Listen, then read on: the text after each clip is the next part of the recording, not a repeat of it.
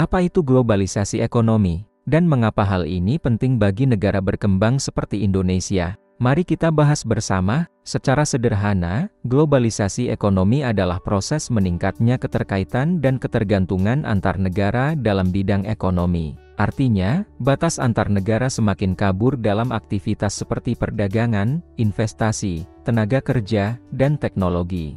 Contohnya, saat kita membeli produk luar negeri, atau ketika perusahaan Indonesia mengekspor hasil pertanian ke negara lain, semua itu adalah bagian dari globalisasi ekonomi. Ada beberapa faktor yang mendorong terjadinya globalisasi ekonomi. Pertama, kemajuan teknologi informasi dan transportasi, yang membuat jarak dan waktu bukan lagi penghalang. Kedua, liberalisasi perdagangan, yaitu kebijakan yang mempermudah ekspor dan impor antar negara. Ketiga, investasi asing, atau foreign direct investment, yang membuat modal dapat berpindah lebih bebas dari satu negara ke negara lain. Globalisasi ekonomi membawa berbagai dampak positif bagi negara berkembang.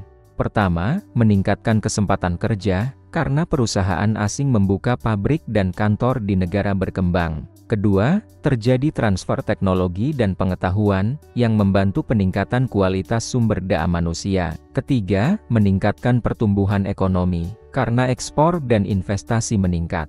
Namun, globalisasi ekonomi juga memiliki dampak negatif.